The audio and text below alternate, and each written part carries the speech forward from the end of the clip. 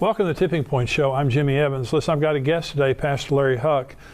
He's been to Israel 49 times. He's intimately familiar with what is happening right now today. He has very strong relationships with people in the government of Israel, religious leaders in Israel. He has been over there since the war began on October 7th, and he's going to be talking about what he knows firsthand about what's happening in the nation of Israel, and also prophetically the significance of what's happening right now. Welcome to the Tipping Point Show.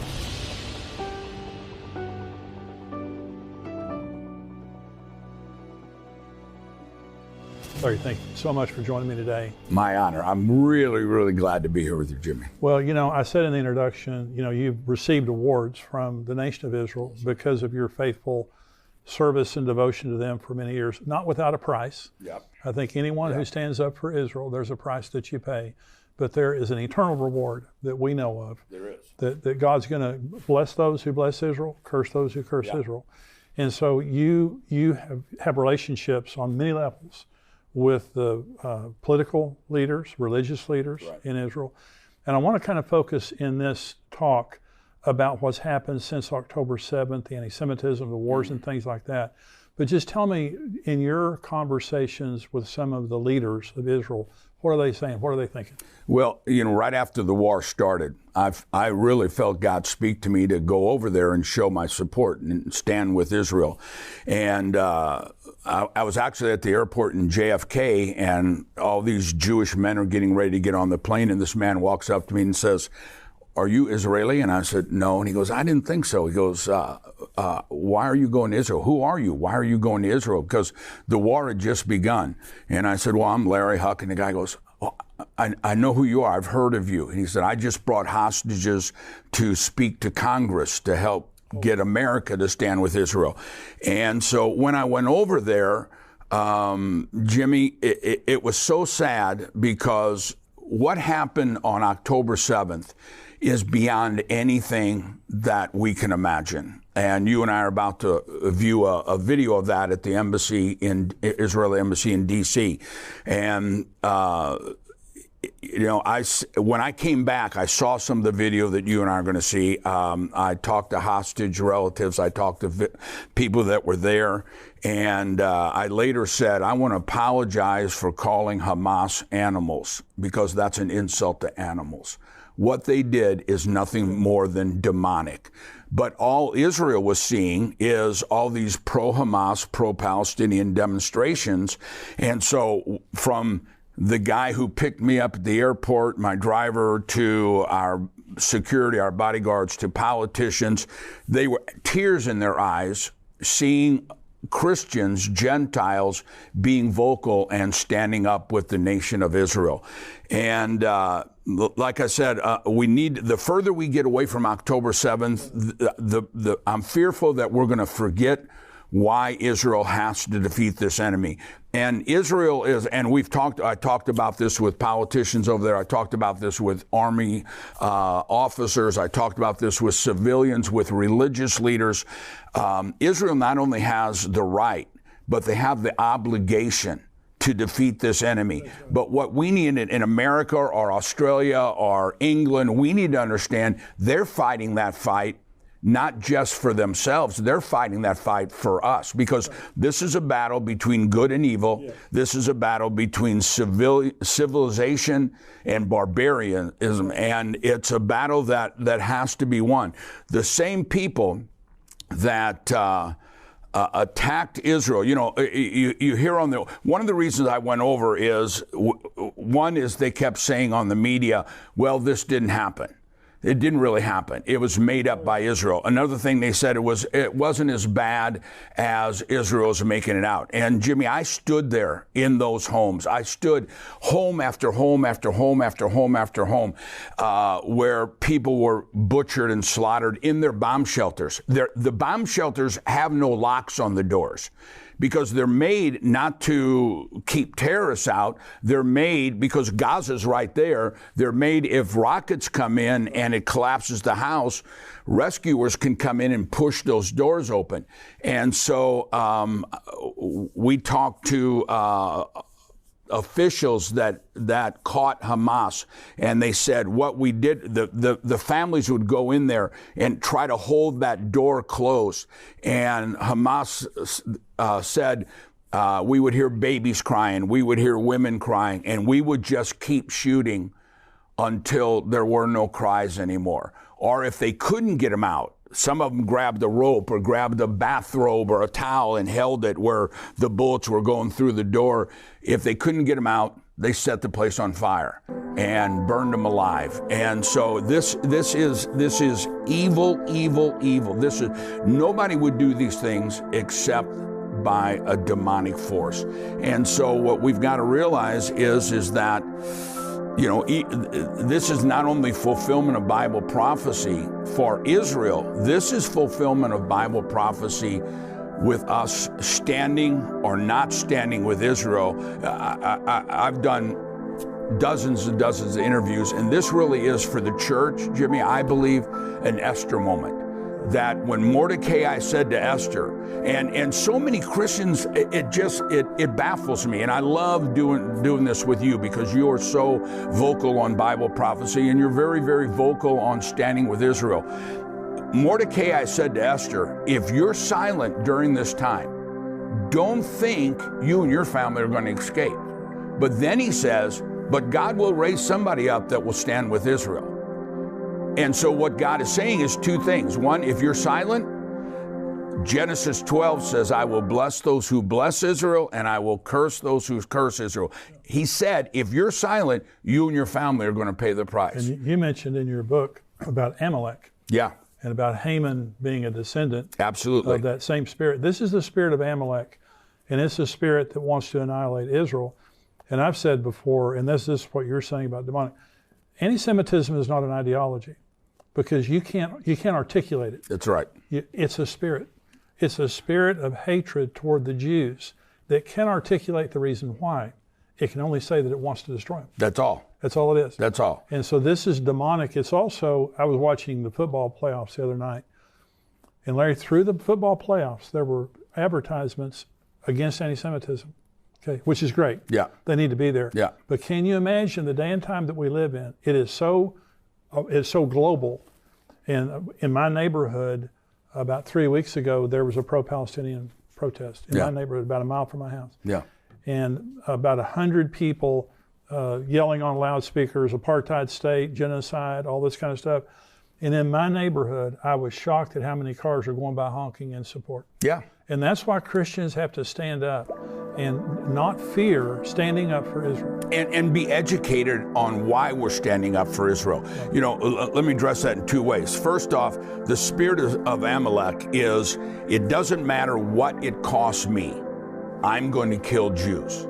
And so when we look at this and we hear the chants from these pro-Hamas, pro-Palestinian, from the river to the sea, that is not a two-state solution chant. That's a chant that Yasser Arafat and the original terrorists came up with. From the river to the sea is not saying we want land. From the river to the sea is saying we don't want any Jews. That's right. I showed in our church, Jimmy, that right after the war started, a Hamas leader doing a live interview on television in Lebanon. And he said, we will kill every Jew until we're finished.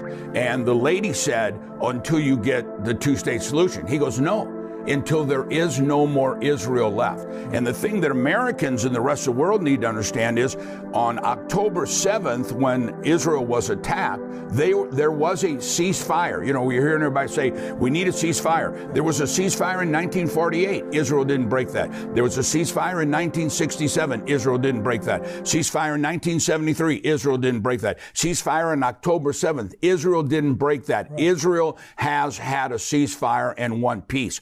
But on October 8th, after Israel was attacked, those who support Hamas and Hezbollah and the Houthis, Iran, in Iran's parliament, they were shouting, not death to Israel, they were shouting on October 8th, death to America. Yeah. And so when we have a government that is not standing with Israel, but is not standing, and also not standing against Iran. This is a setup for the Antichrist. This is a setup for the end times.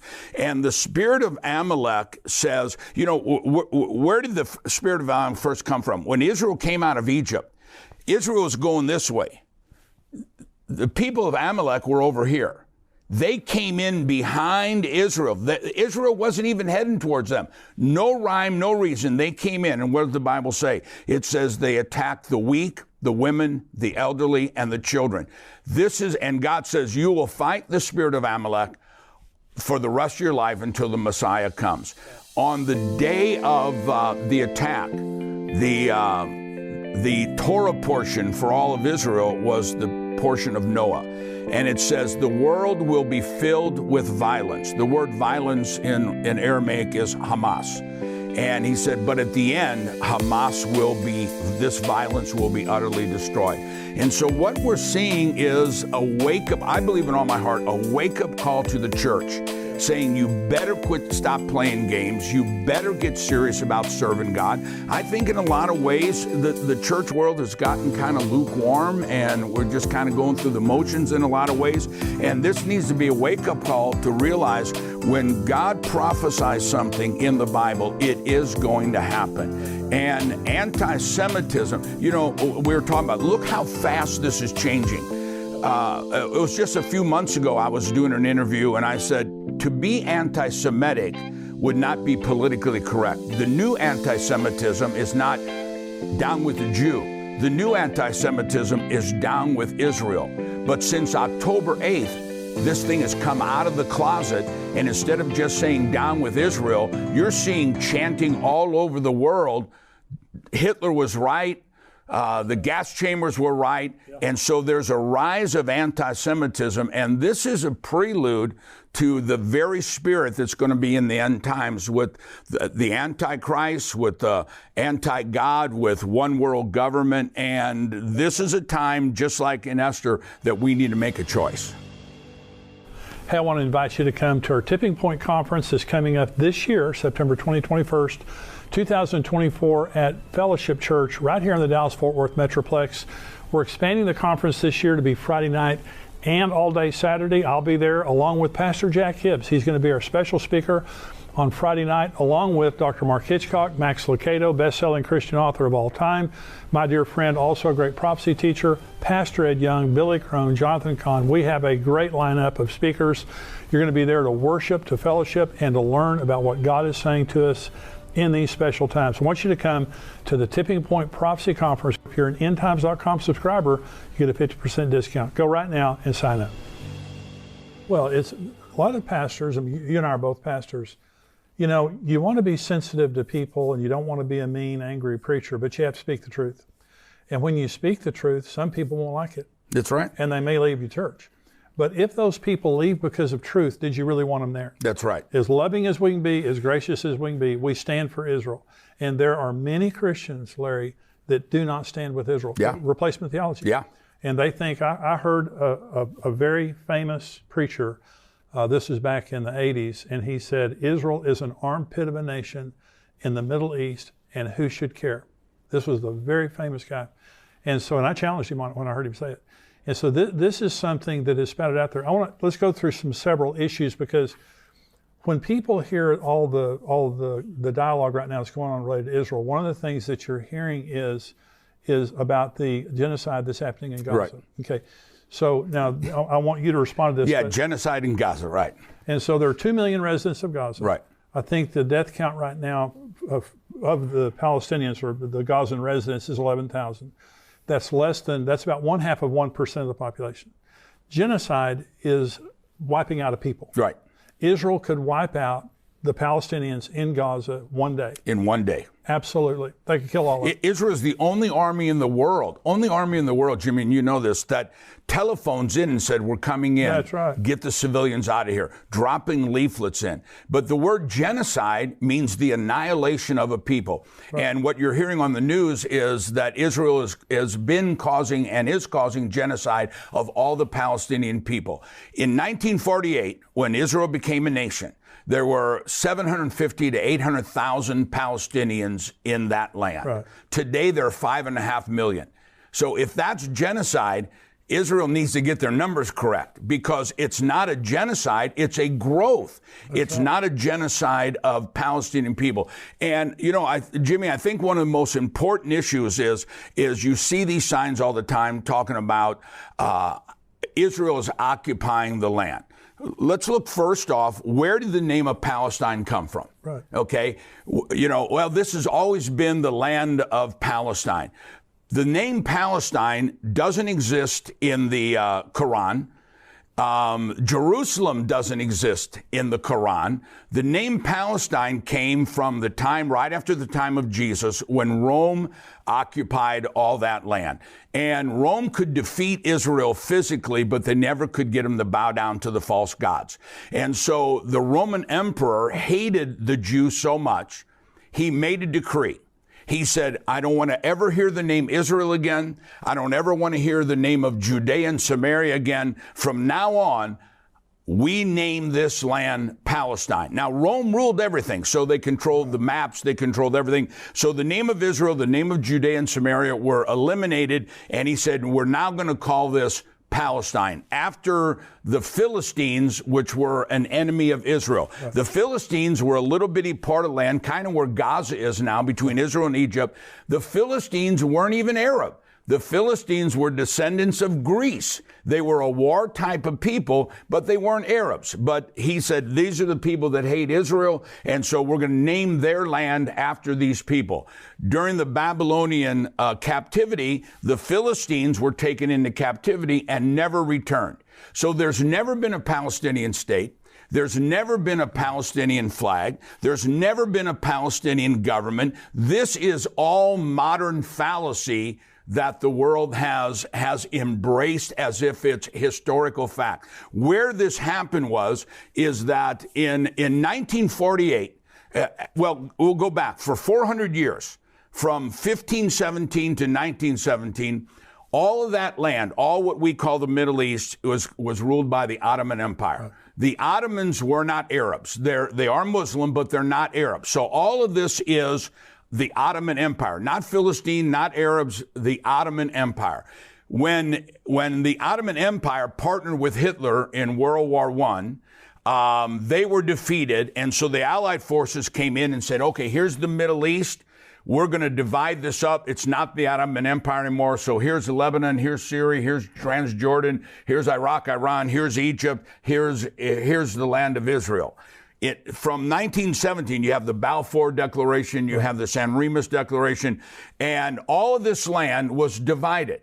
In 1948, the only land that was shrunk was Israel, because Israel went all the way up past the capital of Jordan. And so they came in 1948, the Arab nations. Let's let everybody picture this whole table here is the Middle East. It's the Arab nations. If I were to take an ink pen and draw a dot here, that would be Israel. So all of these Arab nations and this dot Israel came against Israel in 1948. Israel won. But from Jordan, they came in, and they occupied that land, which was Israel, right, which is now the world calls the West Bank. God calls it Judea and Samaria. So the ones who are occupying are not the Israelis. The ones who are occupying are the ones who are Palestinian. But Israel said to the United Nations, the League of Nations gave it to them first. Then Israel said to the United Nations, we'll have a two-state solution. They came in after 1948. We'll let them stay. Every Arab nation said, we don't want a two-state solution. Right. We don't want it. You look at when Yasser Arafat and met with Clinton at Camp David. They said, we'll give you everything you want. We just want peace in the Middle East. Arafat got up and walked out.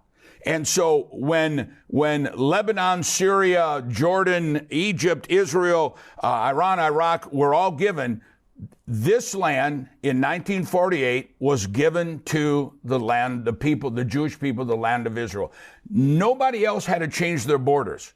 So everybody else gets land, but Israel doesn't get any. So in 1967, again, Israel was attacked.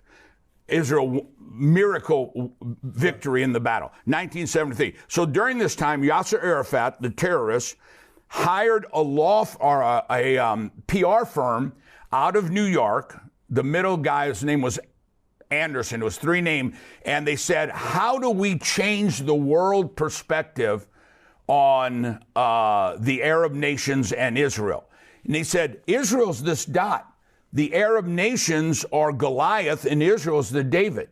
You've got to make Israel the bad guy and make the Palestinian people the little guy. You got to make Israel Goliath and the Palestinian people the David. And so they had a huge worldwide campaign. It was a PR stunt to say Israel, instead of all the Arab nations picking on little Israel is picking on the Palestinian people. And it was nothing more than a political PR stunt to try to get people to change their opinion of Israel. And that has lasted. It's a lie. It's a false concept. Absolutely. And Israel has over and over and over again tried to have peace. They want. I've been to Israel now 49 times. Wow. And I have good Israeli friends. I have good Jewish friends. I have good Palestinian friends. Everybody that I know wants peace. It's these radicals that try to stir it up and make the world try to hate Israel as the occupiers, and it's not true. That land, biblically, politically, archaeologically, legally, that land belongs to the Jewish people. Absolutely. So in 1948, the two-state solution, 1947, the land was partitioned by the United Nations. The Jews accepted it. Right. And the Arab nations around rejected it and attacked Israel. Exactly. Okay. From 1948 till 1967, Jordan controlled they controlled the West Bank, they controlled East Jerusalem, they controlled Gaza. Because they came in. That's right. Yeah. And they never one time wanted a two-state solution and all that time. Never. They rejected the two-state solution in 1948. They had control of that area, and they never said, hey, Palestinians, we're your brothers over here in Jordan. Let's set up a two-state solution for you. One other issue is, again, we're trying to educate Christians and the church on why you should stand up for Israel and reject the nonsense. Apartheid is a label that we first of all heard in South Africa. Yeah. So in this Palestinian protest that was happening in my neighborhood, on a loudspeaker, they were shouting, Israel is an apartheid state.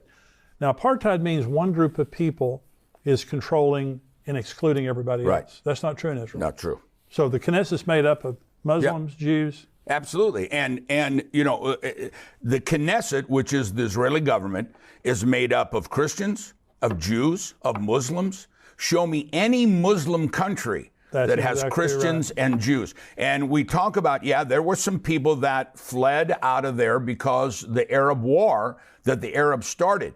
But if you look at all the other Arab nations around there, there has been millions of Jews that have had to leave those Arab nations, which had been their home for 1,000 years. Yeah. They had to leave because of the persecution on the Jewish people. But look at Gaza.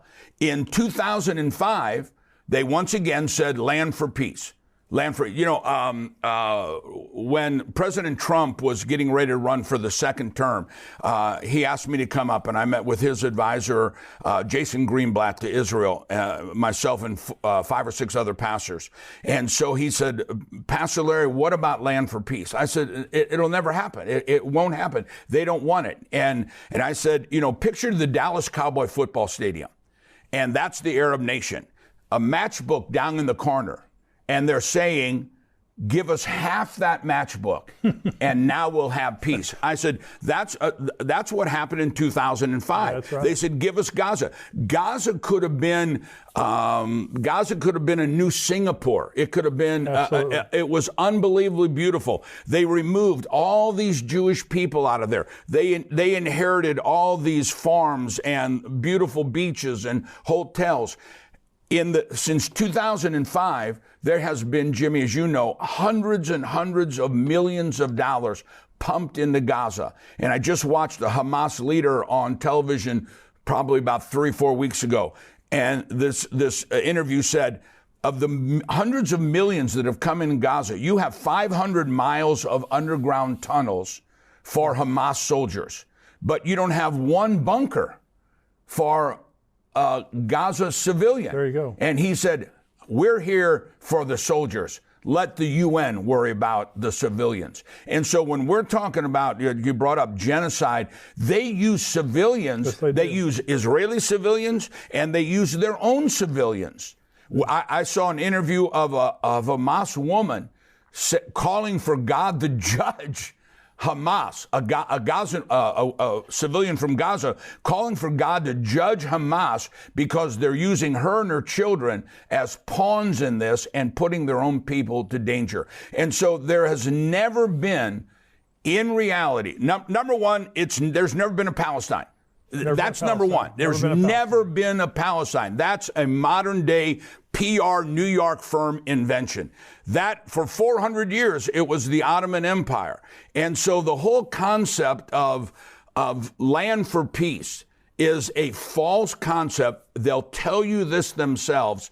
This is not a war for land. This is a war to eliminate Israel. And a war to eliminate Israel is a war to eliminate God. Yes. And when we talk about, Jimmy, the Esther moment, I believe prophetically, between now and this next presidential election, God is coming into the church, and he's going to separate the wheat from the tares. You know, you brought up Genesis 12. I will bless those who bless Israel.